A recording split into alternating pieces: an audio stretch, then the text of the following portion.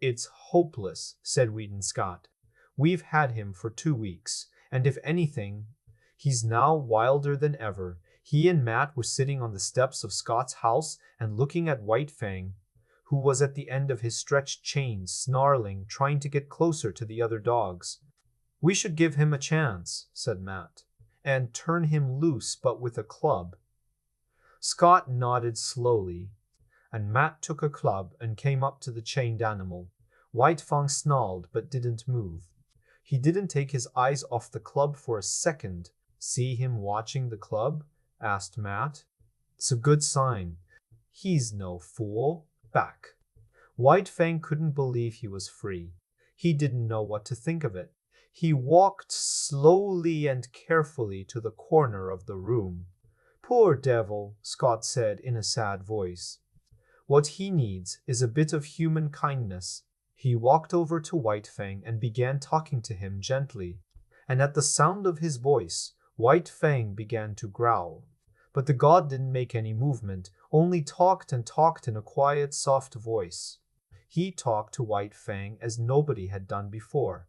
And this softness and kindness of his voice somehow, somewhere touched the dog. In spite of his instinct, White Fang began to have confidence in this god. Then the god held out a piece of meat. But White Fang was suspicious. He wouldn't take it from the god's hand. So after a few minutes, the god threw the meat to White Fang. He smelt it, and without taking his eyes off, the god ate it quickly. Still nothing bad happened. And then the god actually offered him another piece of meat, and another one, and then there came a time when the god refused to throw meat to White Fang. He kept it in his hand, offering it to White Fang. It was good meat, and White Fang was hungry. Bit by bit, very slowly, he came up to the hand. He never took his eyes off the god and ate the meat quickly.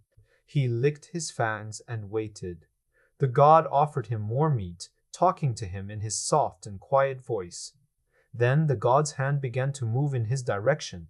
The hair rose on White Fang's head and neck, and he began to growl. But the hand was still coming closer to his head. He growled and growled, but finally, in spite of himself, he let it rest on his head. The god talked and talked while his hand was stroking White Fang's head. It didn't hurt. It was even a kind of nice feeling. "Scott," Matt's laughing voice came from the door, "you might be a #1 gold expert, but you missed the chance of your life when you didn't run off as a little boy to join the circus." This was how the old life ended, and a new life began for White Fang. The next months required constant thinking and endless patience on the part of Wheaton Scott to make, and on the part of White Fang it required a true revolution. He started to like this new god, and in time this like changed into loves. It was a slow process, but this was really what happened. He began to feel a strong need to be with the god, to have his hands stroking his head, and to hear his soft voice talking to him. He would give up anything for the company of the god. Several times he gave up meat or a warm place of rest to accompany the god on walk or a trip to town.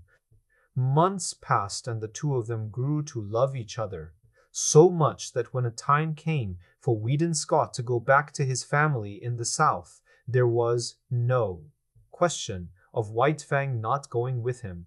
When they finally arrived at Judge Scott's, Wheaton's father's farm just out of San Francisco, White Fang could not believe his own eyes.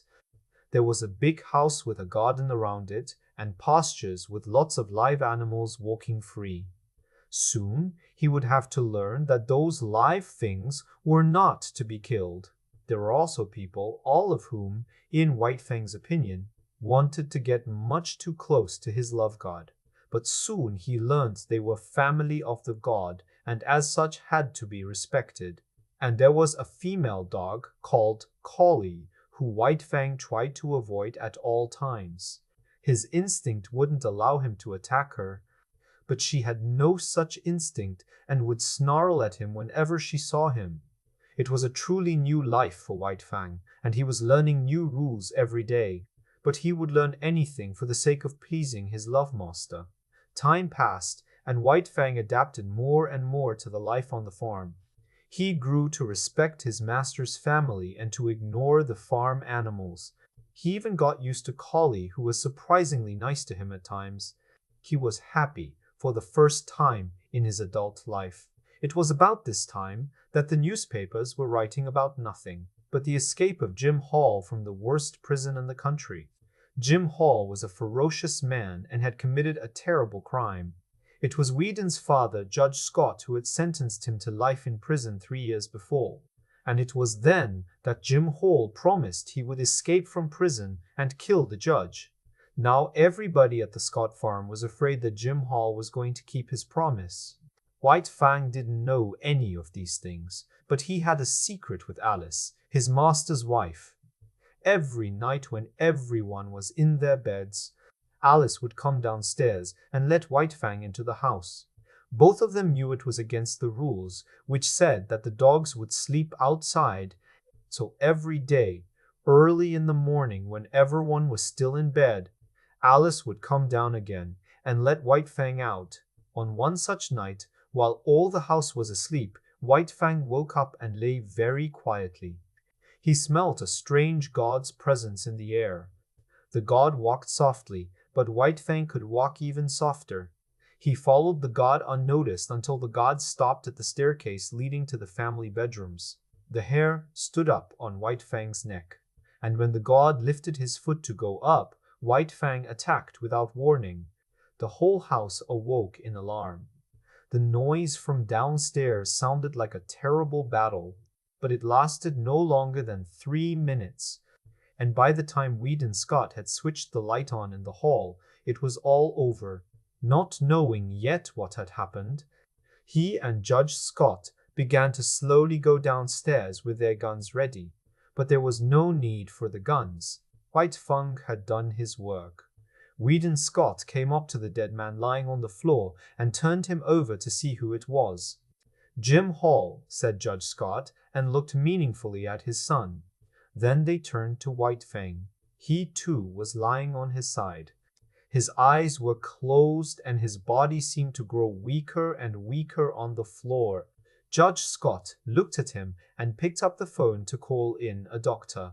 "Well, he has a 1 in 1,000 chance of surviving," said the doctor half an hour later. "He's got a broken leg and 3 bullet holes through him, but we mustn't lose any chance to help him," said Judge Scott. "We'll do everything we can to save his life."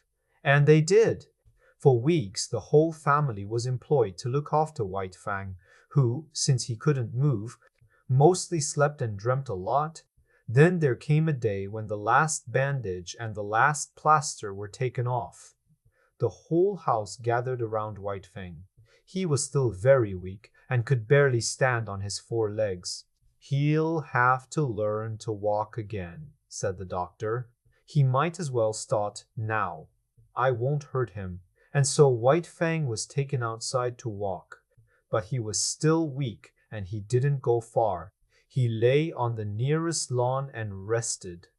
And then he noticed Collie lying there too with 6 puppies by her side. The master helped one puppy to walk over to White Fang, who looked at the small dog in surprise. And then the puppy touched noses with him and he felt his warm tongue on his face. White Fang's tongue went out and, he didn't know why or how, he licked the puppy's face. Then the other puppies came towards him, and he licked them all, and then allowed them to walk all over him as he patiently lay in the sun with his eyes half closed, happier than ever before.